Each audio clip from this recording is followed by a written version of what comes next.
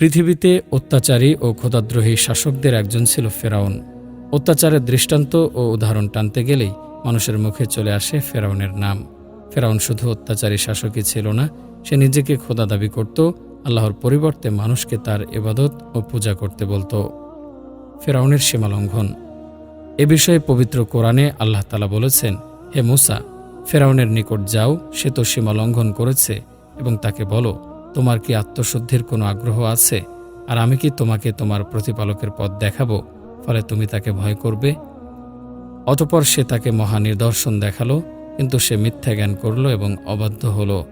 অতঃপর সে পিছন ফিরে প্রতিবিধানে সচেষ্ট হল। সে সকলকে সমবেত করল এবং উচ্চস্বরে ঘোষণা করল আর বলল, আমি তোমাদের সর্বশ্রেষ্ঠ প্রতিপালক। অন্য আয়াতে আল্লাহ বলেন, যদি আমাকে ছাড়া আর কাউকে ইলাহ হিসেবে গ্রহণ করো, আমি তোমাকে কয়েদীদের অন্তর্ভুক্ত করব। ক্ষমতা টিকিয়ে রাখতে ফেরাউনের নির্মম নির্যাতন ও শিশু হত্যা। ফেরাউন তার রাষ্ট্র ক্ষমতা টিকিয়ে রাখতে মানুষের উপর নির্মম নির্যাতন চালাত এবং সে যুগের শিশুদের হত্যা করত।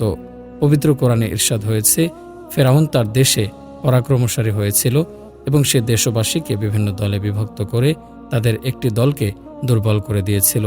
সে তাদের পুত্র সন্তানদের হত্যা করত এবং নারীদের জীবিত রাখত। নিশ্চয় সে ছিল অনর্থ সৃষ্টিকারী। পবিত্র কোরআনের ২৭টি সূরায় সর্বমোট ৭৪ বার ফেরাউনের কথা উল্লেখ করা হয়েছে এবং খোদাদ্রোহী এই অত্যাচারীর করুণ পরিণতির কথা তুলে ধরা হয়েছে।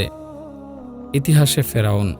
ইতিহাসের বর্ণনা মতে ফেরাউন কোনো ব্যক্তির নাম নয়, এটি তৎকালীন মিশরের সম্রাটদের উপাধি।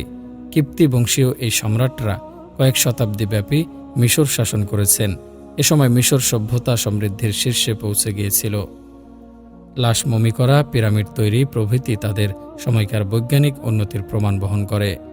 হজরত মূসা আলাইহিস সালামের সময় পরপর দুজন ফেরাউন ছিল। লুইস গোল্ডিংয়ের তথ্য অনুযায়ী জালিম ফেরাউনের নাম ছিল দ্বিতীয় রামাসিস, আর ডুবে মরা ফেরাউন ছিল তার পুত্র মানেপতা বা মারনেপতা। ফেরাউনের উজির হামান। হজরত মূসা আলাইহিস সালামের যুগে মিশরের বাদশাহ ফেরাউন ভীষণ অত্যাচারী ছিল। তার উজির হিসেবে নিযুক্ত ছিল হামান নামক এক ব্যক্তি। এই হামান ফেরাউনকে দুনিয়ার বাদশাহ হবার স্বপ্ন দেখাতে লাগল। প্রজারা যাতে নিরেট মূর্খ হয়ে থাকে এবং তাকে খোদা বলে মান্য করে, তার জন্য নানা যুক্তি পরামর্শ দিতে লাগল। শিক্ষা কার্যক্রম বন্ধ।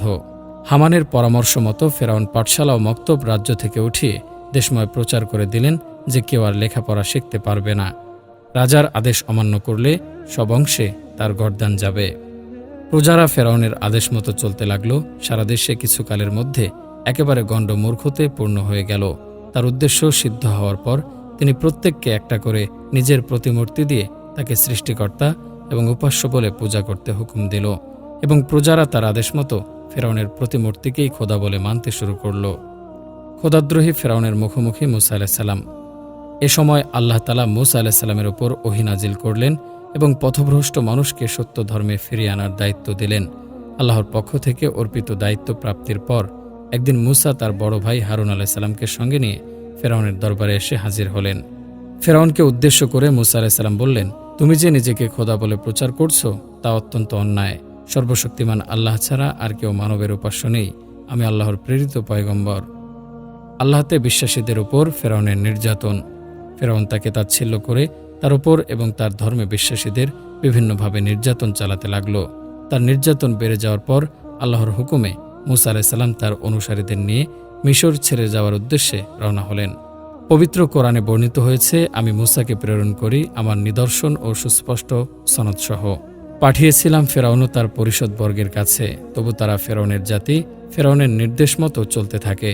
অথচ ফেরাউনের কোনো কথা ন্যায়সঙ্গত ছিল না, তার কার্যকলাপ ভালো ছিল না। অন্যত্র বর্ণিত হয়েছে, ফেরাউন বলল, কি আমি অনুমতি দেওয়ার আগেই তোমরা এই ব্যক্তির প্রতি ঈমান আনলে? নিশ্চয় এটা কোনো চক্রান্ত। তোমরা এই শহরে পারস্পরিক যোগসাজশে এই চক্রান্ত করেছ, যাতে তোমরা এর বাসিন্দাদের এখান থেকে বহিষ্কার করতে পারো। আচ্ছা, তোমরা শীঘ্রই এর পরিণাম জানতে পারবে। আমি তোমাদের হাত পা বিপরীত দিক থেকে কেটে ফেলব, তারপর তোমাদের সবাইকে শুলে চড়াবো। তাদের চলে যেতে দেখে কুটিল হামান সহ আরও উজিররা ফেরাউনকে কুপরামর্শ দিতে লাগল। তাদের কুপরামর্শে ফেরাউন সৈন্য সামন্ত নিয়ে তাদের পিছনে ধাওয়া করল।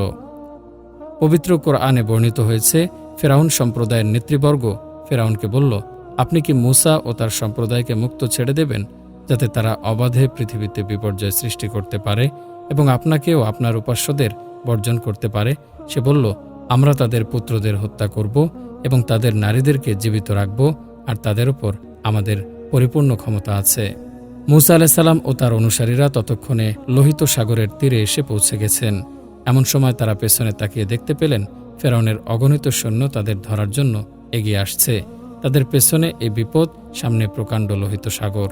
তারা কিংকর্তব্য বিমূঢ় হয়ে ভয়ে কাঁপতে লাগলেন। এমন সময় মহান আল্লাহ তাআলা মূসা আলাইহিস সালামকে আদেশ করলেন, মূসা, তোমার লাঠি দিয়ে সমুদ্রের উপর আঘাত করো।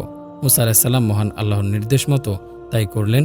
বিশাল সাগর দুই ভাগে ভাগ হয়ে দেয়ালের মতো দুই পাশে দাঁড়িয়ে রইল। সেই পথ দিয়ে মূসা আলাইহিস সালাম ও তার অনুসারীরা নিরাপদে ওপারে চলে গেলেন। ফেরাউনের করুণ মৃত্যু। তখনও সাগরের সেই রাস্তা সেভাবে রয়ে গেল। ফেরাউন তার লোকজন এবং সৈন্য সামন্ত সহ ওপারে এসে থামল। সে দেখল সাগরের মাঝে একটি আশ্চর্য রাস্তা তৈরি হয়েছে।